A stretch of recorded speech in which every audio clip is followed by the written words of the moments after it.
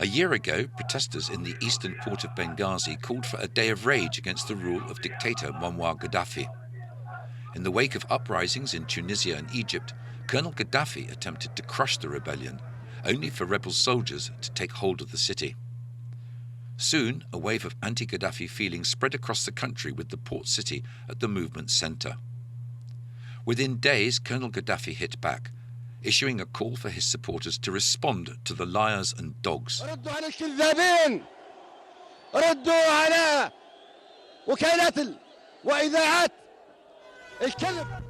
Libya then descended into open warfare as armed rebels, gaining momentum, headed west from Benghazi in an attempt to topple the Libyan leader.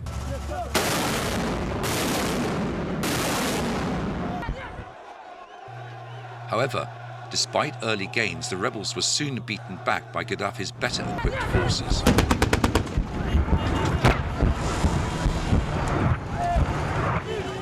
By March the 15th, the rebellion was seemingly in tatters, and a humanitarian crisis loomed large as loyalist soldiers massed outside Benghazi promising retribution. With the world watching in fear, the United Nations acted. The Security Council has authorized the use of force, including enforcement of a no-fly zone, to protect civilians and civilian areas targeted by Colonel Gaddafi, his intelligence and security forces, and his mercenaries. On March the 19th, NATO intervened to impose a no-fly zone, hitting Gaddafi targets in order to protect civilians from the impending attacks.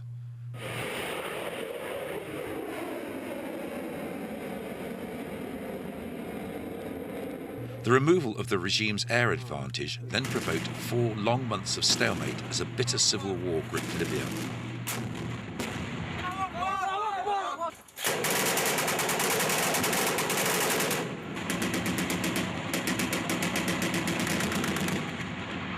By the end of July, the rebels, now supported by British Apache attack helicopters, had regrouped and launched a new offensive. By August the 20th, they had reached Tripoli as troops loyal to Gaddafi prepared to fight to the very end.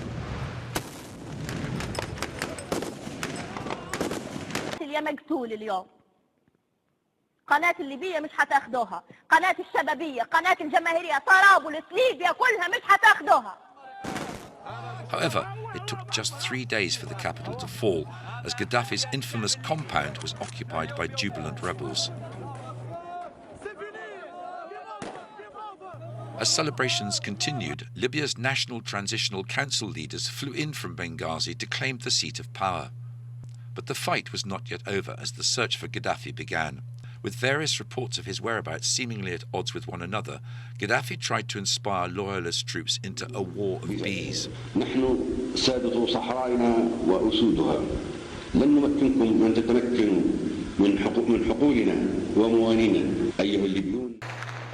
Fighting moved to his hometown, the loyalist stronghold of Sirte, and it became increasingly bitter through September and into October.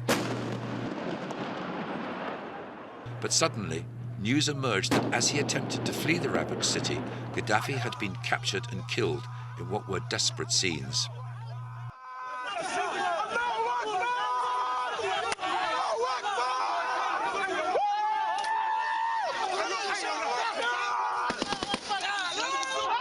One month later, his notorious son Saif was captured alive near the border with Niger. 1 year on from the start of the uprising, Saif now prepares to face his trial in Tripoli, and Libya is preparing for democracy.